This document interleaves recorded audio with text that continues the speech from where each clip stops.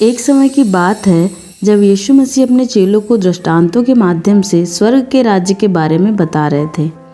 आगे प्रभु ने चेलों से कहा, तुम जानते हो 2 दिन बाद फसह का पर्व होगा और मनुष्य का पुत्र क्रूस पर चढ़ाए जाने के लिए पकड़वाया जाएगा। उसी समय में महायाजक और कुछ पुरनीय लोग काइफा महायाजक के घर इकट्ठे हुए कि यीशु मसीह को छल से पकड़वाकर मार डालें, लेकिन फसह के पर्व के कारण वे ऐसा न कर सके। जब यीशु समौन कोढ़ी के घर पर था, मरियम जो लाजर की बहन थी जटामांसी का बहुमूल्य इत्र लेकर आई और उसके सर पर उंडेल दिया। यह देखकर उसके चेले बहुत रिसियाए और उनमें से यहूदा कहने लगा, इतना महंगा इत्र तो अच्छे दाम में बेचकर कंगालों में बांटा जा सकता था। तब यीशु ने कहा, उसे ना सताओ, उसने मेरे साथ भला व्यवहार किया है। उसने जो मेरी देह पर इत्र मला है वह मेरे गाड़े जाने के लिए है। यीशु पहले भी अपने मृत्यु के विषय में भविष्यवाणी कर चुके थे, लेकिन चेलों को बात न समझ आई थी और ना ही पूरा विश्वास हुआ था। तब यीशु के चेलों में से यहूदा इस्करियोती नाम का चेला महायाजकों के पास जाकर बोला, यदि मैं यीशु को तुम्हारे हाथ पकड़वाता हूँ तो क्या दोगे? उन्होंने उसे 30 चांदी के सिक्के दिए। फसह के पर्व के पहले दिन यीशु ने चेलों से कहा कि एक व्यक्ति के घर जाओ और उससे कहना, गुरु कहता है मेरा समय निकट है, मैं अपने चेलों के साथ तेरे यहाँ पर्व मनाऊंगा। चेलों ने वैसा ही किया। जब वे खा रहे थे तो यीशु ने कहा, तुम में से एक मुझे पकड़वाएगा। इस पर चेले बहुत उदास हुए और पूछने लगे कि क्या वह मैं हूँ? यीशु ने फिर उनसे कहा, मनुष्य का पुत्र तो जैसा लिखा है उसके लिए वैसा ही जाता ही है, लेकिन हाय उस पर जो उसे पकड़वाता है। इस पर यहूदा बोला, क्या वह मैं हूँ? यीशु बोले, तू कह चुका। फिर यीशु ने खाने के वक्त रोटी ली और आशीष मांगकर तोड़ी और चेलों को देकर कहा, लो खाओ, यह मेरी देह है। फिर उसने कटोरा लेकर धन्यवाद किया और उन्हें देकर कहा, इसमें से पियो, क्योंकि यह वाचा का मेरा वह लहू है जो बहुतों के लिए पापों की क्षमा के निमित्त बहाया जाता है। यहाँ यीशु मसीह अपनी मृत्यु के विषय में बता रहे थे कि यह रोटी नहीं मेरी देह है जो तुम्हारे लिए बलिदान होने वाली है, और दाखरस मेरे लहू के रूप में है जो कि जगत के पाप क्षमा के लिए बहाया जाएगा। और यीशु मसीह की इसी रीति को कलीसिया आज प्रभु भोज के रूप में मनाती है, क्योंकि यीशु ने उस समय आज्ञा दी कि मेरी मृत्यु को स्मरण करने के लिए तुम ऐसे ही किया करो। भोजन के बाद वे भजन गाकर जैतून पहाड़ पर चले गए। राह में यीशु ने चेलों से कहा, तुम सब आज ही रात को मेरे विषय में ठोकर खाओगे, मतलब यह कि मेरे नाम से मुकर जाओगे। इस पर पतरस झट से बोला, प्रभु चाहे कुछ भी हो जाए, मुझे तेरे साथ मरना भी पड़े तो भी मैं नहीं मुकरूंगा। और सब चेलों ने कहा, हाँ प्रभु। इस पर यीशु ने पतरस से कहा कि तू आज रात को ही मुर्गे के बांग देने से पहले ही 3 बार मुकर जाएगा। तब यीशु अपने चेलों के साथ गतसमनी नाम एक स्थान में आया और अपने चेलों से कहने लगा कि यहीं बैठे रहना जब तक कि मैं वहां जाकर प्रार्थना करूं। और प्रार्थना के स्थान में पतरस और जब्दी के दोनों पुत्रों को ले गया और उनसे कहा, जागते रहो और प्रार्थना करते रहो ताकि परीक्षा में न पड़ो। और कहा, मेरा मन बहुत उदास है और व्याकुल हो रहा है, ऐसा लग रहा है मानो मेरा प्राण निकला जाता है। वचन हमें यहाँ बताता है कि यीशु अपनी मृत्यु के विषय में जानते थे, इसलिए उनका मन उदास और व्याकुल था। वो बहुत पीड़ा में थे, यहाँ तक कि उन्हें अपने प्राण निकलने जैसा महसूस हो रहा था। हम उस पीड़ा के बारे में सोच भी नहीं सकते हैं, लेकिन यही है परमेश्वर पिता का प्रेम, जिसकी खातिर उसने अपने इकलौते पुत्र को हमारे पापों के लिए बलिदान कर दिया। हम और आप यह कल्पना भी नहीं कर सकते कि कैसे यीशु मसीह ने अपने आप को हम पापियों के लिए बलिदान होने के लिए तैयार किया होगा, जबकि यीशु जानते थे कि ये लोग कल मुझ पर हंसेंगे, मेरा ठट्टा उड़ाएंगे, मुझे सताएंगे। उन लोगों में से बहुतों ने यीशु पर विश्वास तक नहीं किया। यीशु मसीह हम सबके पापों की खातिर सूली पर चढ़ गए और शरीर की मृत्यु सही। चेलों से बोलने के बाद यीशु थोड़ा आगे बढ़े और मुंह के बल गिरकर प्रार्थना करने लगे कि हे पिता, यदि हो सके तो यह कटोरा मुझसे टल जाए, तो भी जैसा मैं चाहता हूँ वैसा नहीं, परंतु जैसा तू चाहता है वैसा ही हो। फिर चेलों के पास आए और उन्हें सोता हुआ पाया तो पतरस से बोले, क्या तुम मेरे साथ एक घड़ी भी नहीं जाग पाए? इस नाजुक समय में यीशु मसीह को भी साथ की ज़रूरत महसूस हुई। क्योंकि वचन कहता है कि आत्मा तो तैयार था लेकिन शरीर दुर्बल था। फिर यीशु मसीह इतने बेचैन थे कि दूसरी बार जाकर प्रार्थना की कि हे पिता, यदि यह मेरे पिए बिना नहीं टल सकता तो तेरी इच्छा पूरी हो।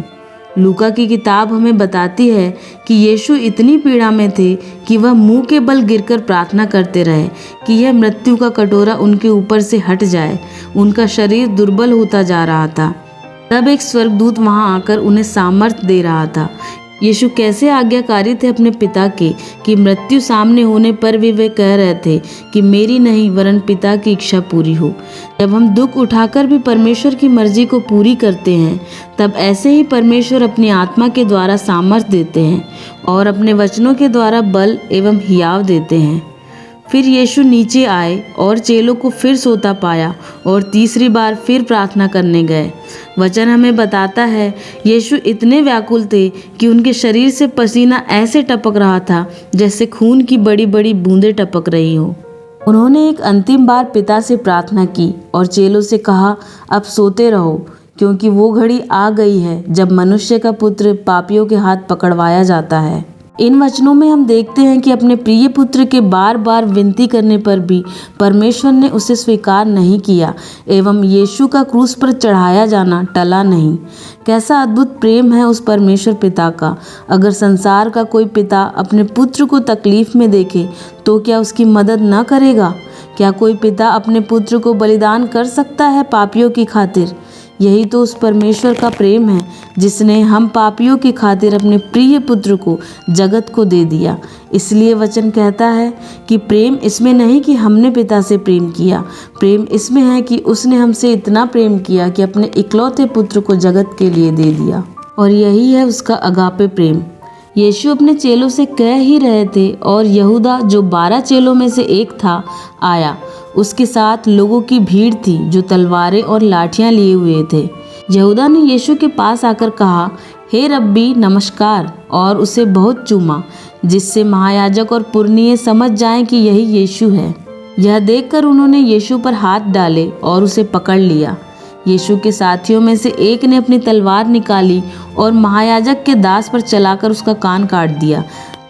तब यीशु ने कहा, अपनी तलवार वापस रख दो, क्योंकि जो तलवार चलाते हैं वे तलवार से नष्ट किए जाएंगे। क्या तू नहीं जानता कि मैं चाहूँ तो अपने पिता से विनती करके स्वर्गदूतों की पलटन बुला सकता हूँ, परंतु पवित्र शास्त्र की वे बातें पूरी होना अवश्य है। यीशु ने उस दास का कान वापस जोड़ दिया। तब सब चेले उसे छोड़कर भाग गए। तब सब उसे पकड़कर महायाजक के घर ले आए। पतरस दूर ही दूर उनके पीछे पीछे गया एवं भीड़ में बैठ गया।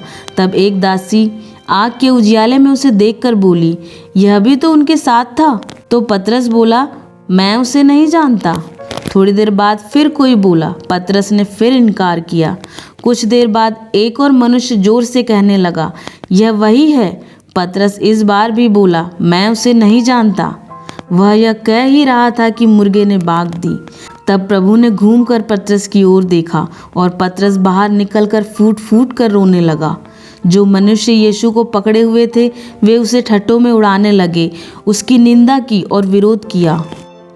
जब दिन हुआ तो यीशु को महासभा के सामने पेश किया गया और उस पर दोष लगाने को गवाहों को लाया गया। जब किसी की गवाही साबित न हुई तो सबने कहा, क्या तू परमेश्वर का पुत्र है? उसने उनसे कहा, तुम आप ही तो कहते हो। तब उन्होंने कहा, अब हमें गवाही की क्या आवश्यकता, क्योंकि हमने तो आप ही सुन लिया। तब सारी सभा उससे पिलातुस के सामने ले गई और उस पर दोष लगाया कि यह स्वयं को परमेश्वर का पुत्र, यहूदियों का राजा और मसीह कहता है। पिलातुस ने पूछा यीशु से, क्या ये सच है? यीशु ने कहा, तू स्वयं कह रहा है। पिलातुस ने यीशु में दंड योग्य कोई दोष न पाया, लेकिन सभा के लोग चिल्लाकर कहने लगे, यह गलील से लेकर यहाँ तक उपदेश देकर लोगों को भड़काता है। तो पिलातुस को लगा यीशु गलीली है, अतः उसने यीशु को हेरोदेस राजा, जो गलील रियासत का था, उसके पास भेज दिया। हेरोदेस तो पहले से यीशु को उसके चमत्कारों की चर्चा सुन के देखना चाहता था। उसकी सभा में भी लोगों ने यीशु पर दोष लगाया। तब हेरोदेस ने यीशु को अपमानित कर भड़कीला वस्त्र पहनाकर वापस पिलातुस के पास भेज दिया। तब पिलातुस ने सभा से कहा, जो कुछ भी तुमने यीशु पर दोष लगाया है, मैंने उसमें ऐसा कोई दोष नहीं पाया, ना ही हेरोदेस ने। और इसने ऐसा कुछ भी नहीं किया है कि मृत्युदंड दिया जाए, इसलिए मैं इसे पिटवा कर छोड़ देता हूँ। पिलातुस की एक प्रथा थी, वह पर्व के समय एक बंदी को छोड़ता था। तब सभा चिल्ला उठी, इसका काम तमाम कर और हमारे लिए बरअब्बा को छोड़ दे। पिलातुस ने सभा को फिर समझाया, पर लोगों ने कहा उसे क्रूस पर चढ़ा। पिलातुस ने तीसरी बार सभा को समझाया कि इसमें ऐसा कोई दोष नहीं है, तो भीड़ और भी प्रबल हुई कि उसे क्रूस पर चढ़ा। तब पिलातुस ने देखा भीड़ समझ नहीं रही है, सो उसने पानी लेकर भीड़ के सामने हाथ धोए और कहा, मैं इस धर्मी के लहू से निर्दोष हूँ। सब लोगों ने कहा, इसका लहू हम पर और हमारी संतान पर हो। पिलातुस ने बरअब्बा को छोड़ दिया और यीशु को मृत्युदंड की आज्ञा दी। पहले तो यीशु मसीह को 39 कोड़े लगवाए गए, जो कि प्रभु ने हमारी बीमारियों के लिए खाए। उसके बाद सिपाहियों ने किले में ले जाकर उसके कपड़े उतरवाए, लाल रंग का बागा पहनाया और कांटों का मुकुट गूंथकर उसके सर पर रखा और उसके दाहिने हाथ में सरकंडा दिया। उसी के सामने उससे कहते, हे यहूदियों के राजा नमस्कार, और यीशु का मजाक बनाते थे। उस पर थूकते और उसी सरकंडे से उसे मारते थे और फिर उस पर क्रूस लादे हुए उसे गुलगुता नामक पहाड़ी पर ले गए। वहाँ पर यीशु को पित्त मिलाया हुआ दाखरस पिलाया, परंतु यीशु ने न पिया। फिर उन्होंने उसके कपड़े चिट्ठी डालकर बांट लिए। फिर उसके सिर के ऊपर दोषपत्र लगाया, यह यहूदियों का राजा यीशु है। तब उसके साथ 2 डाकू दाएं और बाएं क्रूसों पर चढ़ाए गए और इस तरह मेरे यीशु को हाथ और पाँव में कीले ठोककर क्रूस पर चढ़ा दिया गया। आने जाने वाले उस पर हंसते कि परमेश्वर के पुत्र अपने आप को बचा। हे मंदिर के ढाने वाले और 3 दिन में बनाने वाले, अपने आप को तो बचा। कुछ कहते, यह इज़राइल का राजा है। अब क्रूस पर से उतर आए तो हम विश्वास करें। इस तरह यीशु मसीह ने इतना कष्ट उठाकर भी परमेश्वर की मर्जी को पूरा किया। अपने आप को इन लोगों के बीच में सबसे छोटा कर दिया, इसलिए स्वर्ग के राज्य में बड़ा किया गया और परमेश्वर पिता की दाहिनी ओर जा बैठा। उसने कोड़े खाए अपनी पीठ पर कि हम बीमारियों से चंगे हो जाएं। क्रूस की मृत्यु सही और अपना लहू बहाया हमारे पापों के लिए। हमेशा के लिए निर्दोष मेमने के रूप में बलि किया गया, ताकि सारे संसार के पापों का बोझ ले सके और अपने लहू के द्वारा हमारे लिए पश्चाताप का जरिया दे गया। शैतान के सामने मृत्यु का खुल्लम खुल्ला तमाशा किया। उसने मृत्यु को हरा दिया और इस तरह परमेश्वर की इस जगत को बचाने की इच्छा को पूरी करने उसका प्रिय पुत्र यीशु क्रूस पर बलिदान हो गया। और यह सब बातें यहीं समाप्त नहीं होती। यीशु तीसरे दिन मुर्दों में से जी उठते हैं, जिसकी कहानी हम अगली कड़ी में ले आएंगे।